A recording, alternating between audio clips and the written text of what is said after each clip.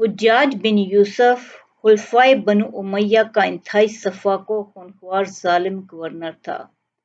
اس نے 1,00,000 انسانوں کو اپنی تلوار سے قتل کیا اور جو لوگ اس کے حکم سے قتل کیے گئے ان کو کوئی گن ہی نہ سکا۔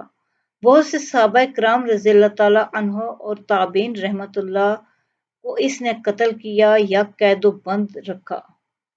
حضرت خواجہ حسن بصری رحمۃ اللہ فرمایا کرتے تھے کہ اگر ساری امتیں اپنے اپنے منافقوں کو قیامت کے دن لے کر آئیں اور ہم اپنے منافق حجاج بن یوسف کو پیش کر دیں تو ہمارا پلہ بھاری ہوگا۔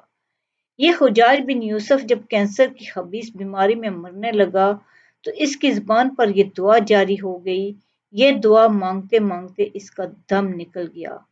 وہ دعا یہ ہے: اے اللہ، تیرے بندے بندیاں میرے بارے میں کہتے ہیں کہ تو معاف نہیں کرے گا، مگر مجھے تجھ سے امید ہے کہ تو مجھے معاف کر دے گا۔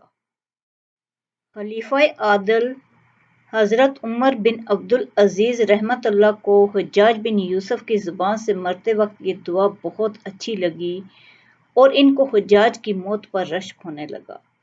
اور خواجہ حسن بصری رحمۃ اللہ سے لوگوں نے حجاج کی اس دعا کا ذکر کیا تو آپ رحمۃ اللہ نے تعجب سے فرمایا، کیا واقعی حجاج نے یہ دعا مانگی تھی؟ تو لوگوں نے کہا، جی ہاں مانگی تھی، اس نے یہ دعا مانگی تھی۔ تو آپ نے فرمایا، شاید خدا اس کو بخش دے۔